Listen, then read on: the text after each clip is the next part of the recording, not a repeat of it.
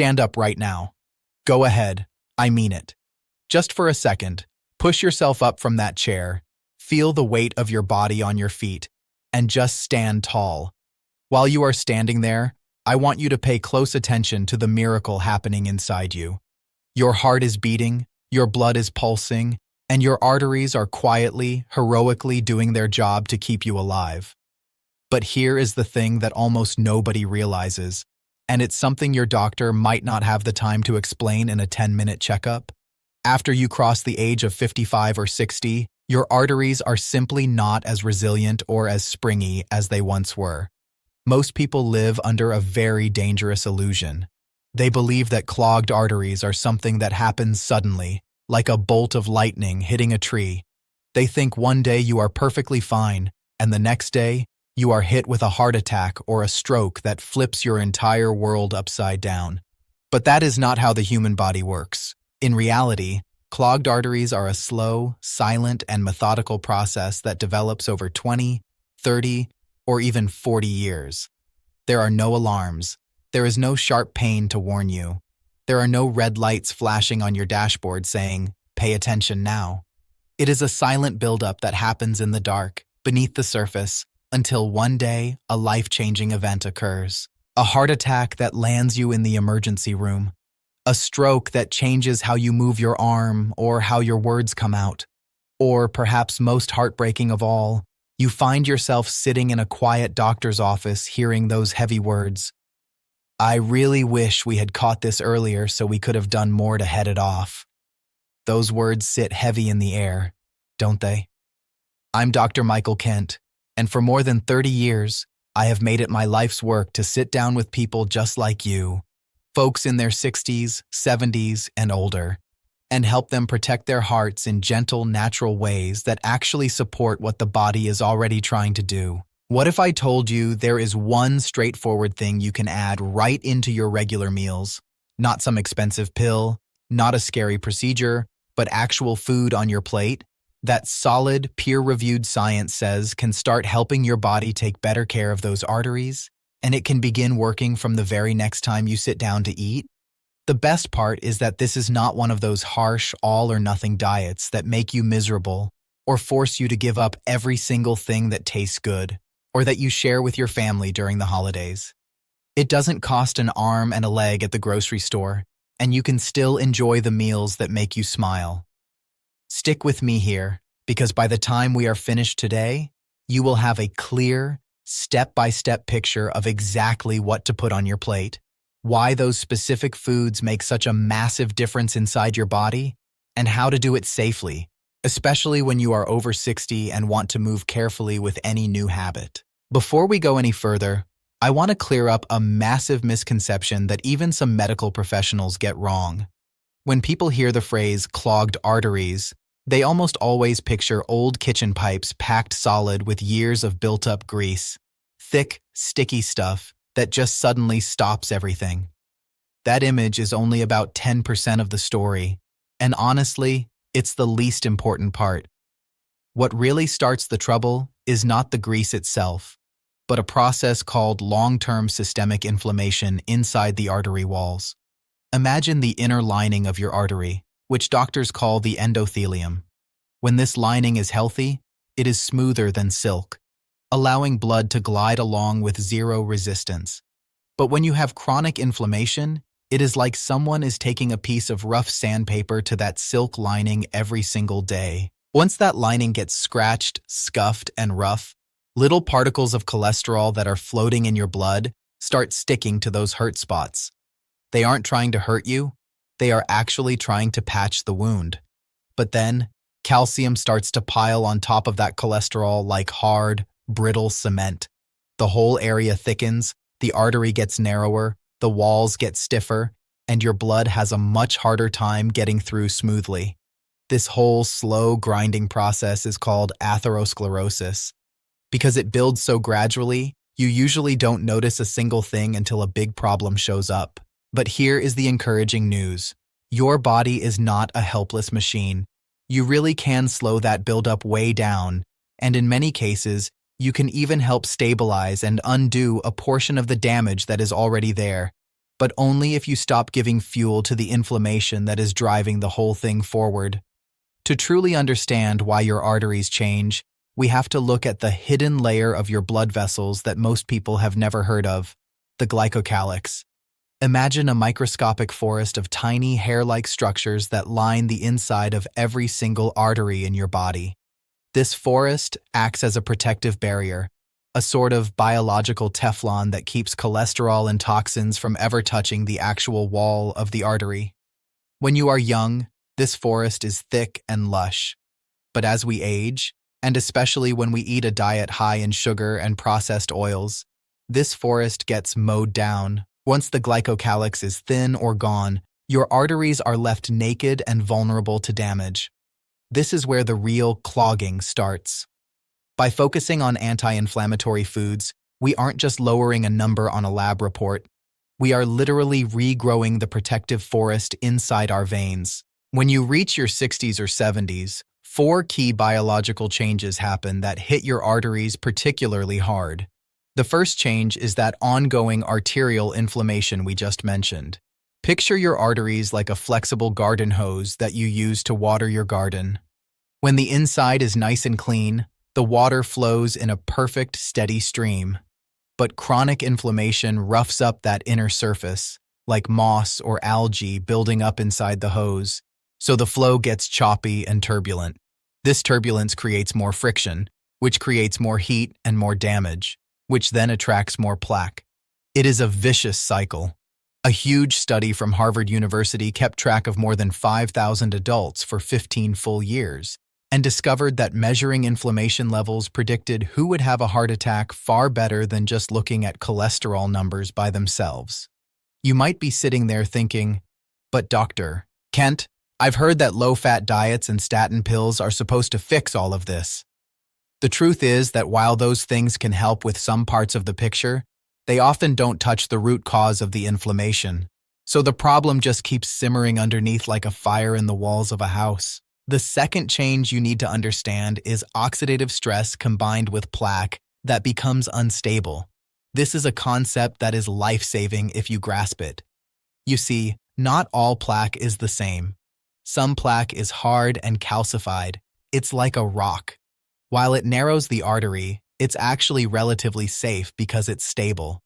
But other plaque is soft and fragile. Imagine a very thin sheet of ice stretched over a deep pond. One small bump, one spike in blood pressure, or one burst of inflammation, and that thin sheet of ice cracks open. When that soft plaque ruptures, your body tries to heal the cut by forming a massive blood clot instantly. That clot is what causes the sudden heart attack or stroke. What weakens that fragile cap on the plaque is oxidative stress, basically damage from free radicals that act like tiny, microscopic sparks wearing your tissues down. These free radicals are produced by pollution, stress, and poor quality food. Researchers at Johns Hopkins followed about 2,400 older adults and found that the people who got more antioxidants through their food had a 52% lower chance of that dangerous plaque breaking open. The third change is a significant drop in nitric oxide production. Nitric oxide is a wonderful, tiny molecule that your blood vessels produce to help them relax and open wider. Think of it like a drop of high-quality oil on a squeaky, stiff door hinge. Without enough of it, everything gets tight, rigid, and hard to move. As we get older, our bodies naturally lose the ability to manufacture nitric oxide efficiently. By the time you are 70, you might be producing 75% less than you did when you were 20. This is why your blood pressure tends to creep up as you age. Your arteries are literally stuck in a constricted or tight position, and your heart has to work twice as hard to push blood through them. But scientists in Barcelona ran a study showing that people who followed a specific Mediterranean-style way of eating for only 4 weeks saw their nitric oxide levels jump up by 30%. The fourth change that sneaks up on so many of us is blood sugar spikes after meals combined with growing insulin resistance. A lot of folks in their later years don't connect the dots between what they ate for lunch and what is happening in their arteries 2 hours later. But every time your blood sugar shoots up fast, it is like dumping corrosive chemicals onto delicate silk. The tiny damage adds up quietly over time. Those spikes cause your body to pump out extra insulin, and extra insulin is like a signal that tells your artery walls to grow thicker and stiffer. Have you noticed tingling or numbness in your feet sometimes? Or that heavy, overwhelming, tired feeling that hits you an hour or two after a meal? Maybe your blood pressure numbers have been edging higher even though you are trying to watch your salt. These are signs that your insulin is struggling to keep up.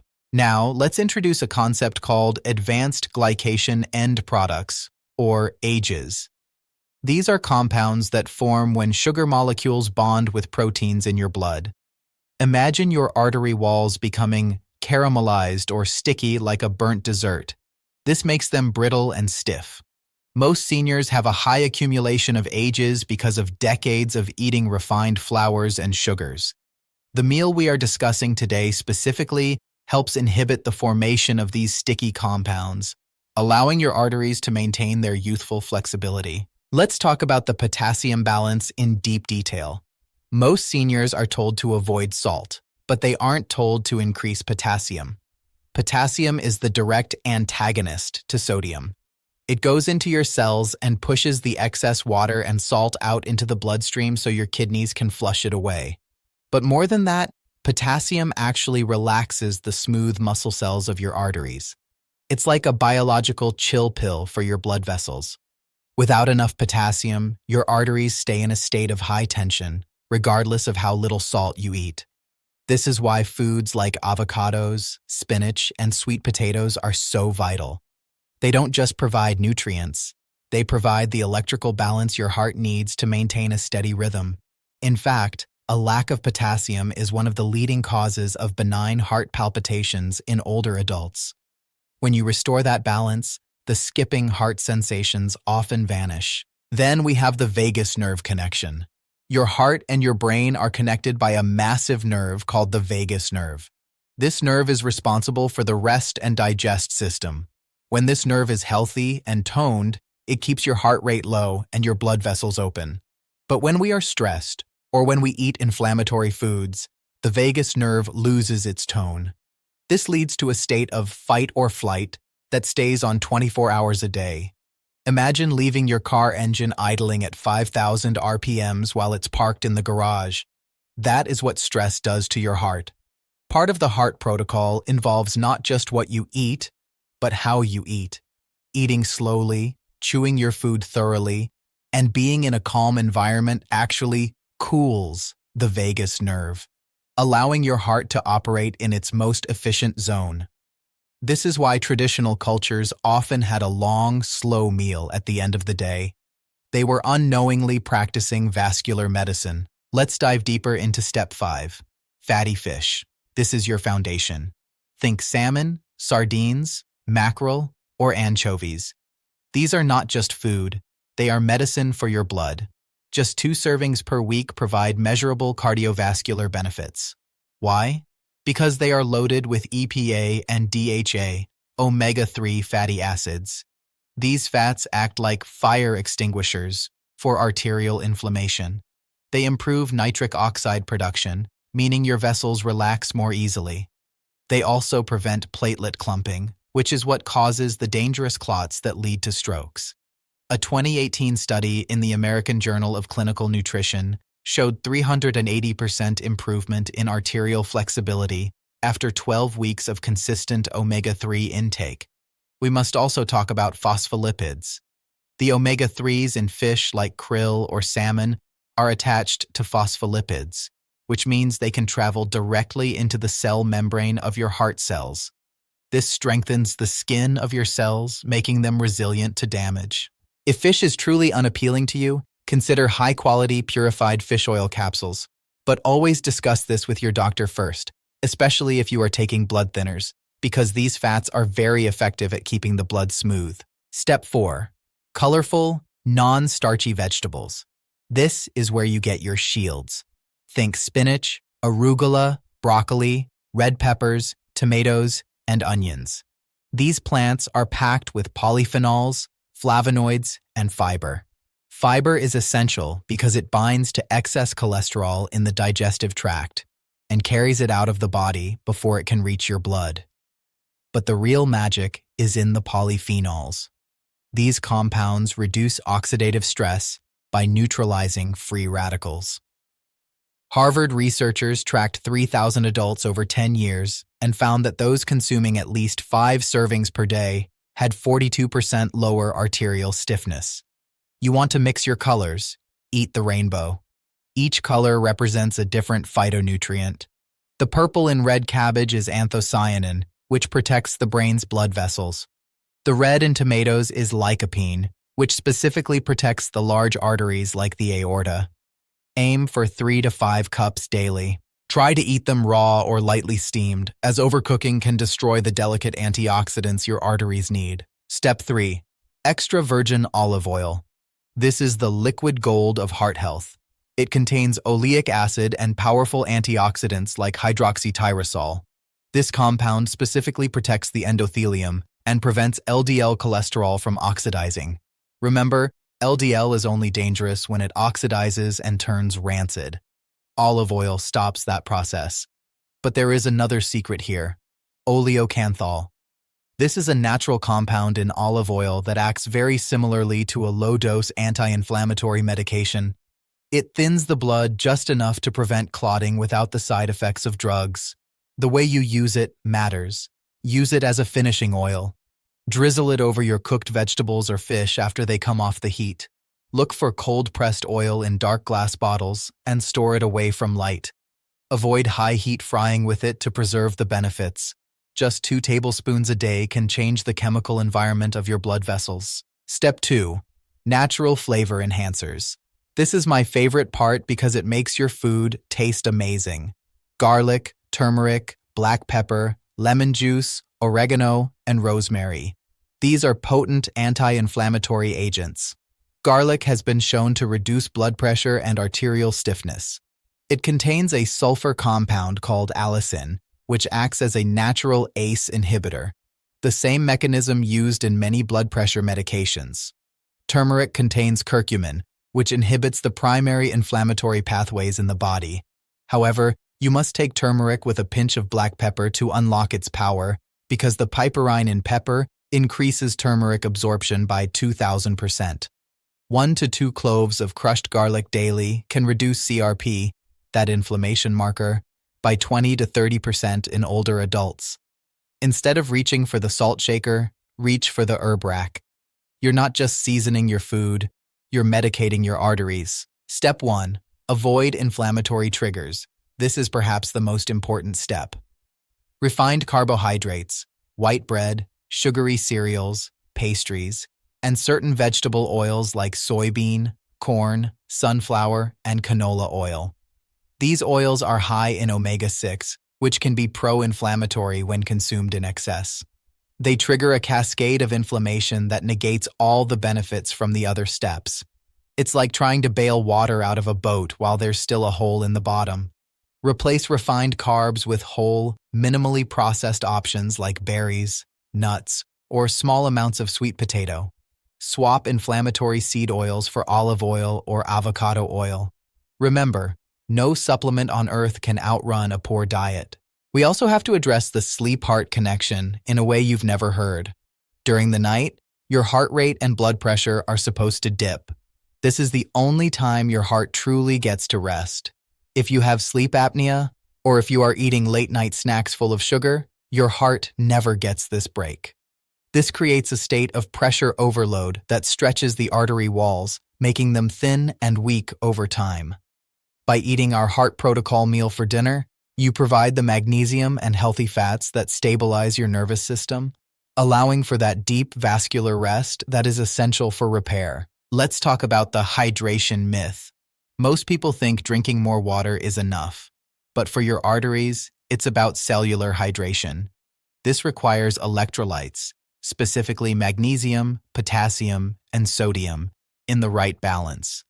If you drink plain water all day, you might actually be flushing out the very minerals that keep your heart rhythm steady. This is especially true for seniors on diuretic medications. Adding a tiny pinch of sea salt, and a squeeze of lemon to your water can help those minerals get inside the cells, where they can do their job of relaxing the blood vessels. I want to talk about mitochondrial health. Inside every cell in your heart are tiny power plants called mitochondria. Your heart has more of these than any other organ because it never stops working. As we age, these power plants get tired and leaky. They start producing more exhaust, oxidative stress, and less power. The fatty fish and olive oil in our protocol provide the raw materials, like CoQ10 and healthy lipids, to repair these tiny engines. When your heart cells have more power, they can pump blood more effectively with less effort, which naturally lowers your blood pressure. Consider the microbiome of your mouth. We mentioned the bacteria on your tongue that create nitric oxide. Did you know that gum disease is directly linked to heart disease? The same bacteria that cause inflammation in your gums can enter your bloodstream and cause inflammation in your heart valves. This is why oral hygiene is actually a heart health strategy. By eating less sugar and more fibrous vegetables, you change the environment of your mouth, supporting the good bacteria that protect your arteries. This is a whole body ecosystem, and every part matters. I want to share the story of Arthur, an 80-year-old who felt he was too old to change. He had multiple stents and was on 5 different medications. He was tired all the time and had given up on his daily walks. We started with just 2 changes, adding olive oil and crushing 1 clove of garlic into his dinner. Within 3 weeks, he felt a spark of energy he hadn't felt in years.